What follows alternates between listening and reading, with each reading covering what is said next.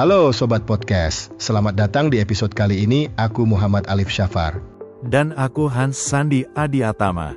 Di podcast ini, kita akan ngobrol-ngobrol santai soal dunia perkuliahan, pengalaman hidup, dan segala hal yang menarik buat dibahas.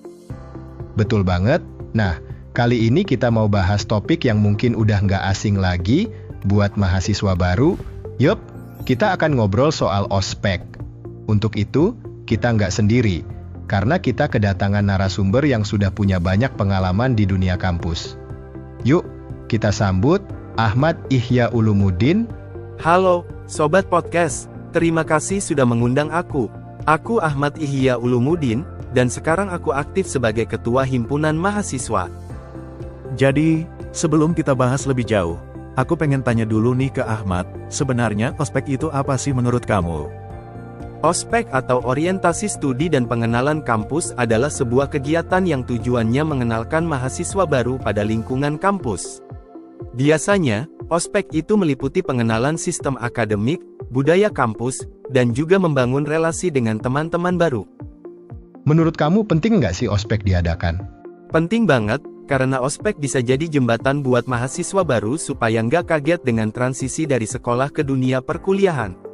Tapi, tentu pelaksanaannya harus relevan dan mendukung tujuan utama ospek itu sendiri. Nah, kalau kita bicara tentang ospek, pasti ada pro dan kontra ya. Menurut kamu, apa saja sisi positif dari ospek?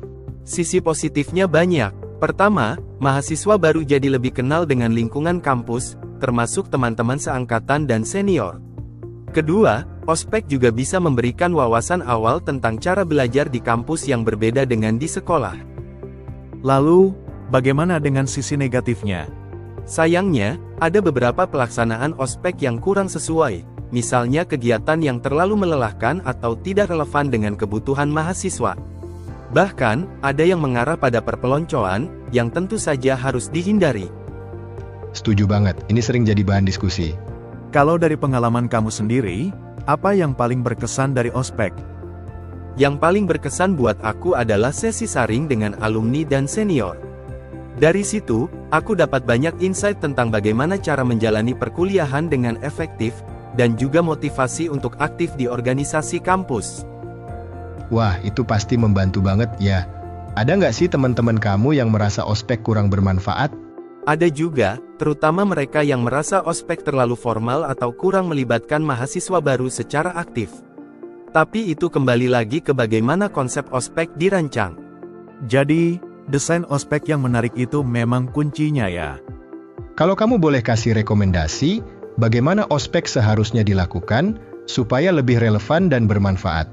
Menurutku, ospek harus fokus pada kegiatan yang praktis dan aplikatif, seperti pelatihan soft skills, workshop tentang manajemen waktu, atau diskusi interaktif yang melibatkan mahasiswa baru secara langsung.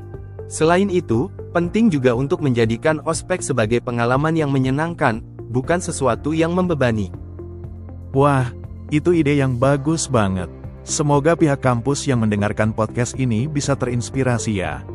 Amin. Semoga kedepannya ospek bisa jadi ajang yang benar-benar membantu mahasiswa baru. Oke Sobat Podcast, itu tadi obrolan kita bersama Ahmad Ihya Ulumuddin tentang pentingnya ospek. Kalau kalian punya pengalaman atau pendapat tentang ospek, langsung aja share ke kita ya. Jangan lupa juga buat follow dan share podcast ini ke teman-teman kalian. Sampai jumpa di episode berikutnya.